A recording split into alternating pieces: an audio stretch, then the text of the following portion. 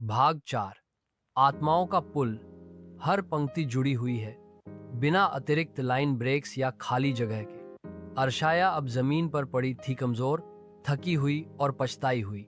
रेवती ने उसे माफ कर दिया, पर वृंतलोक अभी भी पूरी तरह सुरक्षित नहीं था। जैसे ही यादें लौटीं, वृंतलोक का आकाश फिर से नीला हुआ। पर एक अजीब सी कंपन जमीन के नीचे महसूस हो रही थी। ये अभी खत्म नहीं हुआ, एलिना ने चिंतित स्वर में कहा। यादें तो लौटीं, पर वो द्वार अब भी खुला है जिससे अंधकार आया था। नील ने पूछा, कौन सा द्वार? एलिना ने ऊपर की ओर इशारा किया। वृंतलोक के सबसे ऊंचे शिखर पर एक काला स्तंभ खड़ा था जिसे आत्माओं का पुल कहा जाता था। वही पुल जो वृंतलोक और भूली हुई आत्माओं की दुनिया के बीच बना था। अर्शाया ने सिर्फ यादें नहीं चुराईं, एलिना ने बताया। उसने आत्माओं को भी बांध लिया था जो अब आजाद हो गई हैं, लेकिन दिशाहीन और क्रोधित हैं। रेवती ने गंभीर स्वर में कहा, अगर हम उन्हें मार्ग नहीं दिखाएंगे तो वे सब कुछ तबाह कर देंगी। नील को अपनी शक्ति पर भरोसा था, लेकिन अब उसे एक और परीक्षा देनी थी। उसे आत्माओं का मार्गदर्शक बनना था। वो और रेवती आत्माओं के पुल की ओर चल दिए, साथ में अर्शाया भी, जो अब खुद को सुधारने की कोशिश कर रही थी। रास्ते में उन्हें एक बूढ़ा रक्षक मिला, वृद्ध शक्ति जो सदियों से पुल की निगरानी कर रहा था।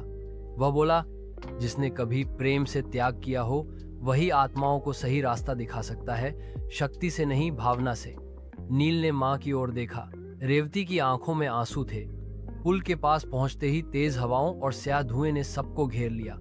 आत्माएं दिखाई देने लगीं, कुछ रो रही थीं, कुछ चिल्ला रही थीं, कुछ बस भटक रही थीं। उनमें एक आत्मा ऐसी थी जिसने नील को रोका।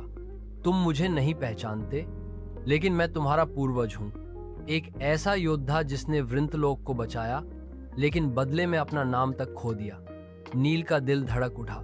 ये केवल आत्माओं का संकट नहीं था, ये उनके अस्तित्व की लड़ाई थी। नील ने सब आत्माओं को संबोधित किया। मैं जानता हूं आप सबने कुछ खोया है, लेकिन अब आपकी यादें लौटी हैं। चलिए उस दुनिया में लौट चलें जहां आपको भुला दिया गया, लेकिन अब आपकी जरूरत है। पर आत्माएं अस्थिर थीं। तब रेवती ने अपनी सबसे पुरानी याद साझा की, जब उसने अपने पिता को खोया था वृंतलोक को बचाते हुए। उस याद से आत्माएं ठिठक गईं। फिर अर्शाया ने आगे बढ़कर अपनी सबसे दर्दनाक याद साझा की, जब वह रेवती से अलग हुई थी। हर भावना एक रेखा बनकर पुल की ओर बढ़ रही थी। आत्माएं अब उस रेखा के सहारे आगे बढ़ने लगीं। एक एक कर आत्माएं उस पुल से पार होने लगीं, चुपचाप, शांति से। नील ने देखा, उनमें से एक आत्मा उसकी ओर देख मुस्कुराई। वह उसके पिता की आत्मा थी, जिसे उसने कभी देखा भी नहीं था। पुल धीरे धीरे चमकने लगा, फिर मिट गया। वृंतलोक की धरती अब शांत थी, लेकिन जैसे ही सबने राहत की सांस ली, आकाश में एक भयानक गर्जना हुई।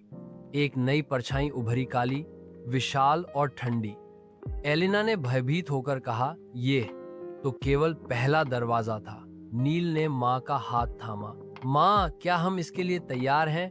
रेवती ने कहा, जब तक हम साथ हैं, हम हर अंधेरे को पार कर सकते हैं। और कहानी अब पहुंच चुकी है अपने अंतिम और सबसे भावुक मोड़ की ओर। भाग 5। अंतिम बलिदान में जानिए, क्या नील वृंतलोक को बचा पाएगा? क्या मां बेटे का रिश्ता इस अंधकार में भी उजाला बनेगा?